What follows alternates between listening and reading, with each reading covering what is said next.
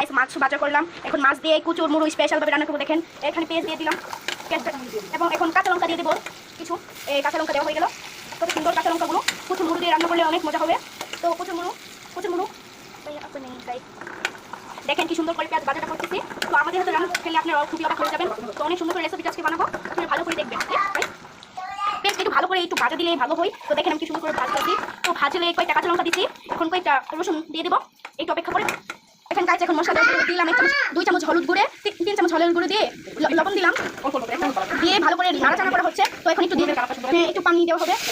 তো পানি দেওয়ার পরে দেখেন গাছ কি সুন্দর হয়ে গেল। এখন দেবো মরিচের গুঁড়ো, কি সুন্দর করে মরিচ দেওয়া হলো। মরিচের গুঁড়োটা দেওয়া দেখেন কত সুন্দর রং হলো। এখন দিয়ে দিলাম জিরা, বরফের থাকি একটু নাড়াচাড়া করা হলো।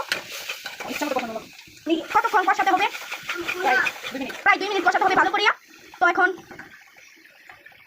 একটু জাল জাল করে খাওয়াটাই ভালো। এখন তো বৃষ্টির দিন, দেখেন আকাশের আবহাওয়া কত কি হয়ে গেছে। এখন একটু খালে ভালোই লাগবে জাল জাল। ওকে দেখেন কি সুন্দর করে ঘুরিয়ে দেয়। এখন কিছুক্ষণ ইয়া করতে হবে। তো আমি ঘুরিয়ে দিলাম আর জালটা একটু কমিয়ে দেওয়া হলো।